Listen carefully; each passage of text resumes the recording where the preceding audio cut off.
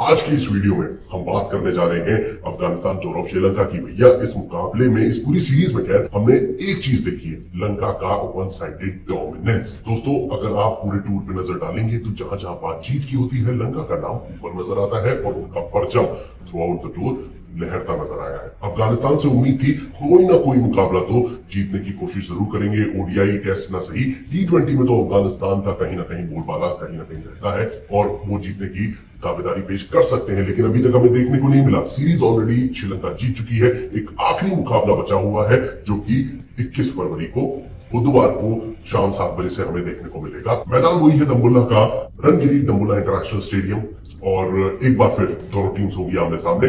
बात करते हैं वेन्यू की। सबसे पहले दोस्तों इस ट्रैक पर अभी तक अगर आप नजर डालेंगे तो 2 मुकाबले हुए हैं जो कि इसी T20 सीरीज में खेले गए हैं और दोनों ही मुकाबले पहले बल्लेबाजी करते हुए श्रीलंका के नाम रहे हैं। लोएस्ट स्कोर अफगानिस्तान का है 115 रन और हाईएस्ट स्कोर बनाया है श्रीलंका ने 187 रन। बॉलर्स की अगर हम प्रदर्शन की बात करें तो इन 2 मैचेस 34 विकेट चटकाए गए हैं, 26 विकेट पेसर्स ने और 8 विकेट स्पिनर्स की झोली में गिरे हैं। यहाँ पर अभी तक के मैचेस को देखते हुए तो एक चीज नजर आती है कि भैया पहले बल्लेबाजी करेंगे तो मुकाबला जीतेंगे, लेकिन श्रीलंका उम्मीद करते हैं कि अगर सेकंड बैटिंग करती है तो भी कहीं ना कहीं मुकाबला ले जाने की, अपने नाम करने की कोशिश जरूर करेगी। फिलहाल के लिए हम देखते हैं कि अगर अफगानिस्तान पहले बल्लेबाजी करती है तो क्या वो मुकाबला जीत सकती है। अब इस बारे में आपका क्या ख्याल है? कमेंट सेक्शन खुला हुआ है, जवाब जरूर दीजिएगा। फिलहाल के लिए हेड टू हेड कंपैरिजन पे फटाफट से नजर डाल लेते हैं। दोस्तों 6 मुकाबले दोनों टीम्स के बीच हुए हैं, 5 मैचेस श्रीलंका ने और मात्र 1 मुकाबला अफगानिस्तान के नाम रहा है। यानी कि अभी तक जो ये जो दूरियां हैं ये अभी भी और बढ़ती नजर आ रही है और अफगानिस्तान के लिए considering the T20 world cup परेशानी जरूर दोस्तों आ रही होगी। उनके लिए कई सारे सवाल खड़े हो रहे होंगे। हालांकि राशिद खान टीम में मौजूद नहीं है, मुजीबुर रहमान टीम में नहीं है, तो कहीं ना कहीं आप एक उन्हें सॉफ्ट कॉर्नर के तौर पर उन्हें कहीं ना कहीं आप रियायत जरूर बन सकते हैं उन पर, लेकिन जो अभी तक की सीरीज गई है उसमें बल्लेबाजी भी अफगानिस्तान की कहीं ना कहीं चरमराती नजर आई है। दोस्तों अगर बात करी जाए श्रीलंकन टीम की तो प्रथम निशंका, कुशल मेंडिस, धनंजय डिसिल्वा, सदीरा समरविक्रमा, चंदित हसलंगा, वनिंडो हसरंगा और एंजेलो मैथ्यूज अलॉन्ग विद डसुन शनाका, ये डीप बैटिंग लाइनअप हमें श्रीलंका की ओर से मिलता है, जहां पर सेकंड T20 इंटरनेशनल में दोनों ओपनर हमारे कहीं ना कहीं रन स्कोर करने की कोशिश करते नजर आए थे। हालांकि धर दबोचा था अफगानिस्तानी बॉलर्स ने, लेकिन मुद्दे की बात है वनिंडो हसरंगा। दोस्तों श्रीलंकन टीम के एक एस ऑलराउंडर जो कि इंजरी से उबर के वापस आए हैं, कमाल का प्रदर्शन कर रहे हैं और अभी तक 2 मैचेस में 89 रन और 3 विकेट चटका चुके हैं। और यहाँ पर बल्लेबाजी के लिए आपको मिलते हैं Sadeera Samarawickrama, another promising batter जो कि टॉप ऑर्डर को संभालने की काबिलियत रखते हैं। सेकंड T20 इंटरनेशनल में इन्होंने 51 रन अपने खाते में जोड़े हैं। वहीं एंजेलो मैथ्यूज की अगर हम बात करें तो सेकंड T20 इंटरनेशनल में इन्होंने 42 रन बनाए थे और 190 के स्ट्राइक रेट से मेन मुद्दा है 190 का स्ट्राइक रेट, और साथ ही साथ 3 विकेट भी चटका चुके हैं अगेंस्ट अफगानिस्तान। तो ये है वो 3 बल्लेबाज और ऑलराउंडर जिन पर आप कर सकते हैं भरोसा।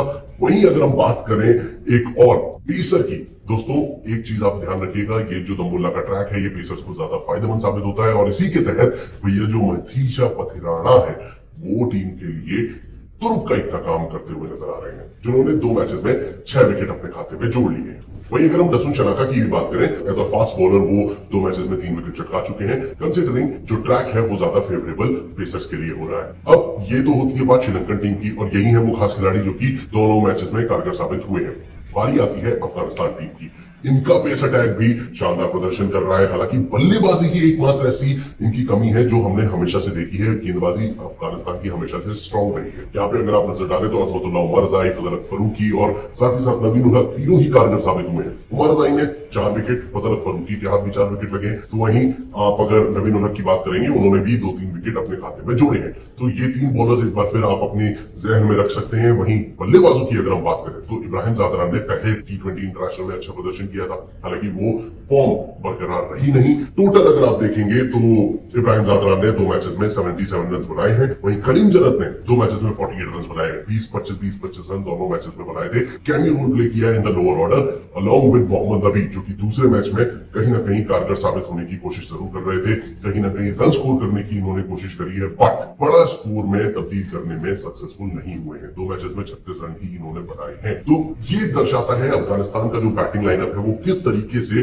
भाई निढाल हो चुका है, किस तरीके से वो अंडर प्रेशर परफॉर्म करता नजर आ रहा है। और फाइनली दोस्तों एक चीज तो साफ नजर आ रही है कि श्रीलंकन टीम ने जो through out the tournament, through out this series या फिर कहें थ्रू आउट द टूर जो अपना विजयी अभियान शुरू किया है उसे वो जीत के साथ ही खत्म करना चाहेंगे। अब इस बारे में आपका क्या ख्याल है? जैसा कि मैंने आपसे पूछा था, क्या अफगानिस्तान पहले बल्लेबाजी करती है तो जीत पाएगी, पहला सवाल। और दूसरा कि क्या इस पूरे एनालिसिस को सुनने समझने के बाद, दोनों T20 इंटरनेशनल मैचेस को देखने के बाद, क्या कहीं ना कहीं आपको इस आखिरी मैच में उम्मीद है अफगानिस्तान की जीत की?